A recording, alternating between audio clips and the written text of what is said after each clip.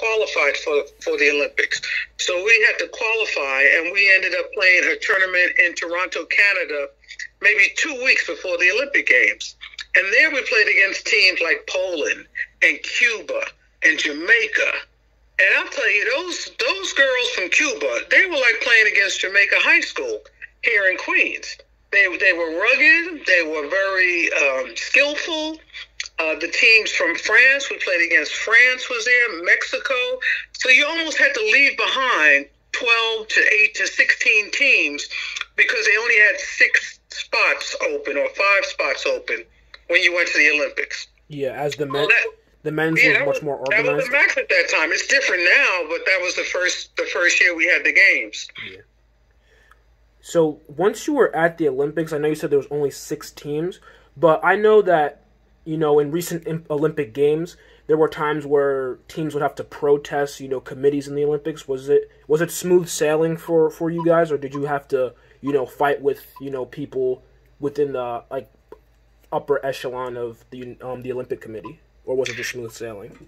It wasn't. It was smooth sailing for me as an athlete, as a player. And if you get a good coach or you get a good manager or administrator around your team, they insulate you.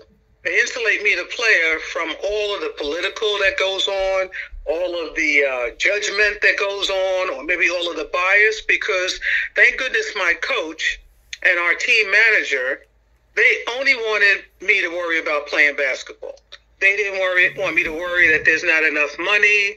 They didn't want me to worry that, we can't send them to Montreal yet because they don't have any uniforms, because we didn't think the women would be there at all.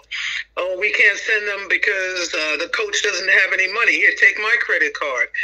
As a player, I didn't know any of that was going on. And I really didn't find out about it until maybe 10 years later when we had a reunion. Yeah. And if you look at the history of the 1976 games, there was a protest there. And it had to do with most of the African countries did not participate. I can't remember why, but you can Google and find out. But from 76, 80, 84, there have always been protests or boycotts where certain countries did not come for whatever reason. And there was a boycott of some of the African nations who did not attend those 1976 games. I don't know why, but as a player, our coaches and our management team and administrators, they really kept it away from the players. They only wanted us to be worried about playing, running our plays, winning, win the medal. That's all they wanted us to be concerned with. They didn't want us to be concerned with the housing, where we were going to stay, or the fact that we had people outside of our room with machine guns. They didn't want us to be worried or concerned with any of that. Wow, that's crazy, machine guns. Well, if you remember, I was in the 76 Olympics. Yeah. You could look back at the 1972 Olympics. And in 1972, that was when the Israeli team was attacked. The Israeli Olympic team was attacked at the Olympics by, I think it might have been Palestine. Wow. And 11 athletes were killed.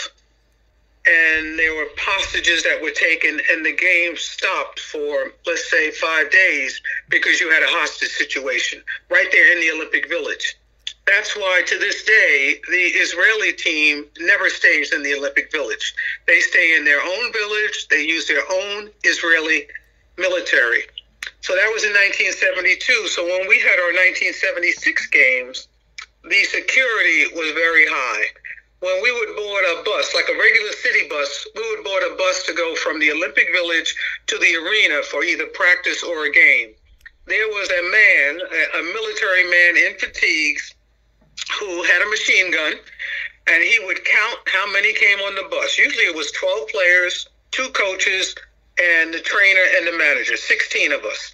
He would count us get in, then he'd get in the bus and go sit in the back of the bus. He would lay that machine gun right across his lap. And he would just watch us and be in the back of that bus as a bus driver drove us either to practice or to the arena. At the end of the game, again, he would count the number of players coming back on to get on the bus.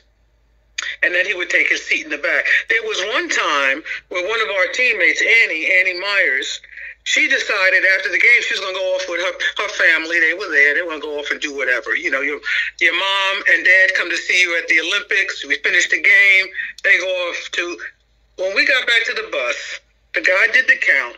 There were 15 of us. The manager said, "Oh, Ann Myers is off with her family." He said, "No, this bus does not leave until that Ann Myers, that young lady, is back on the bus." So the manager had to go find Annie and get her to get back on the bus, took the 16 of us back to the Olympic Village, and then from there she can go off with her family. But the security was very tight in that game, that Olympic Games, the whole games, housing to playing, the security was very tight. There was a barbed wire fence around our Olympic Village. There were, since we were in the women's quarters, there was a woman with guns or military machine guns, whatever kind of firepower she had, on each one of the floors, a couple of floors. So it was very secure.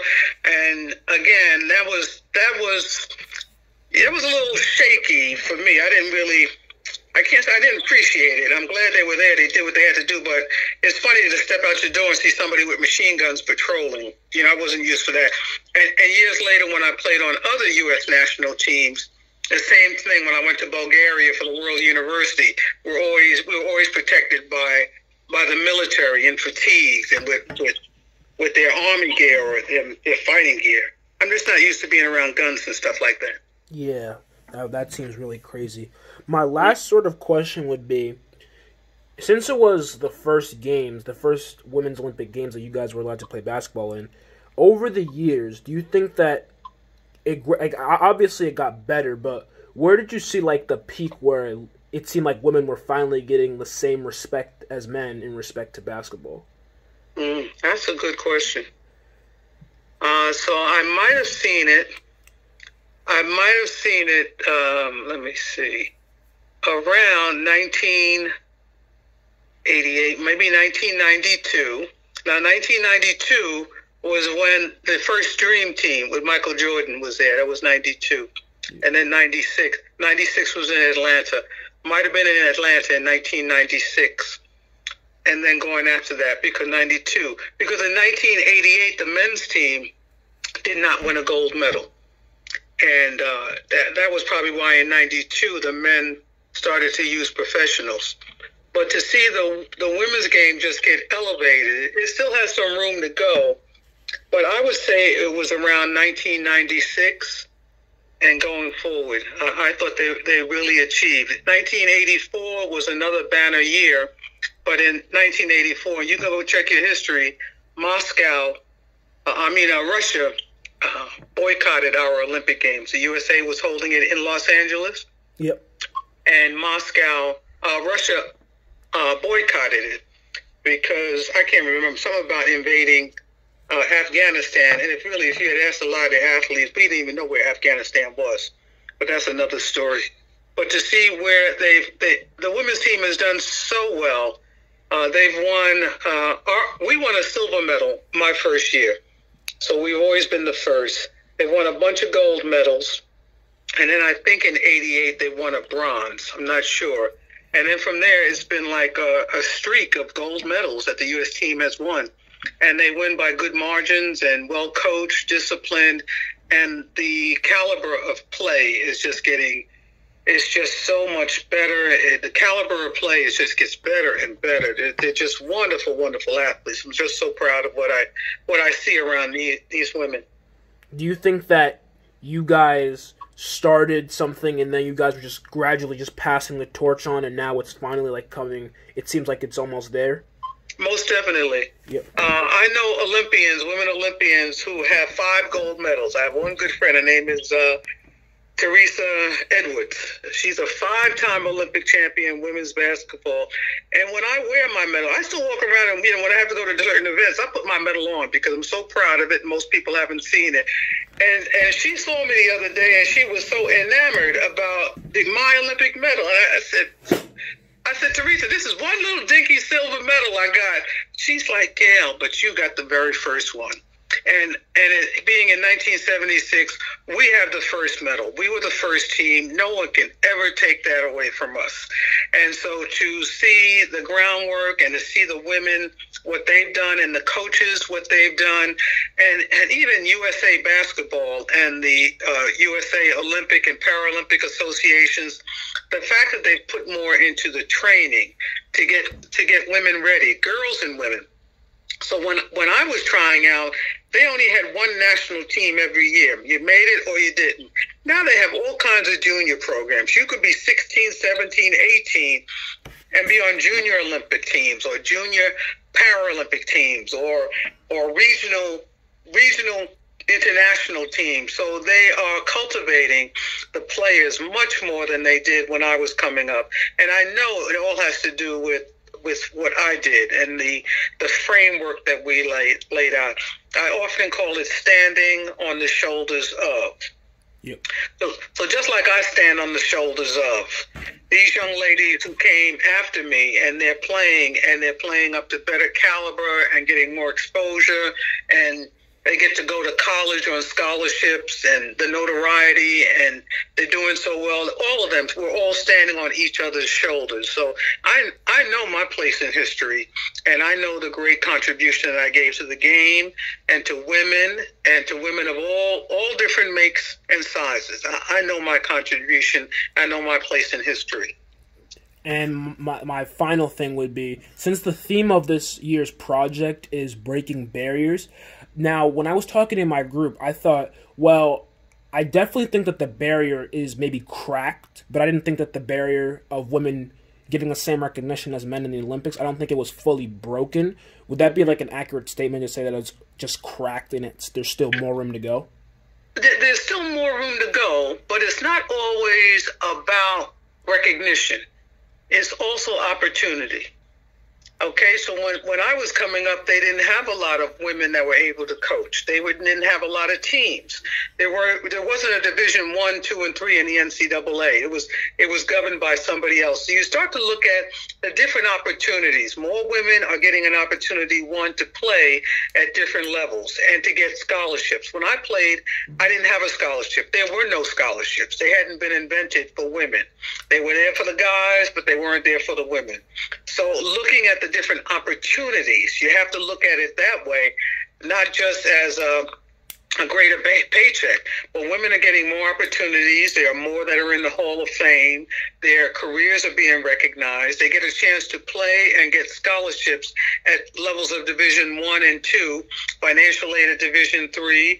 The junior college and community college programs are coming along.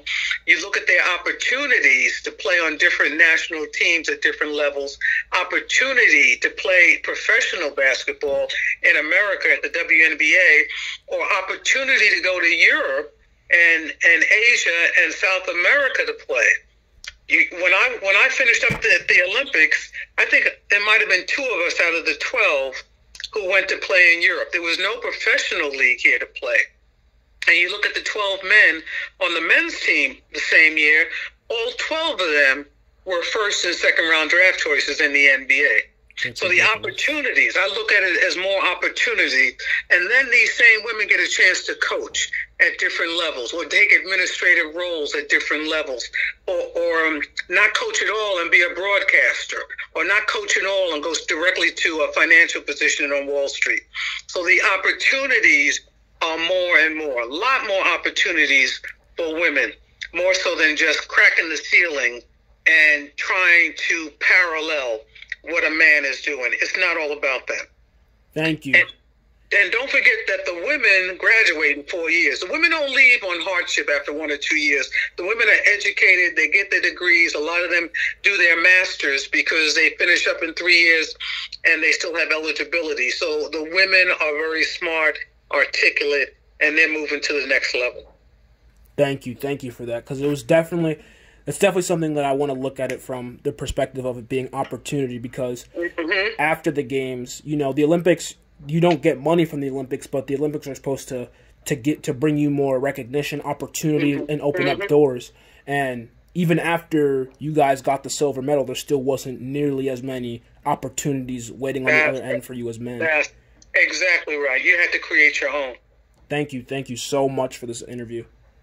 You're welcome, Jalen, anytime. And if you need some follow-up, you let me know where I can help you, okay? Thank you. You're welcome. Very nice talking to you. You be well and your family be well in this time, okay? Yours as well. Thank you. Okay, you're welcome. Bye-bye. Bye-bye.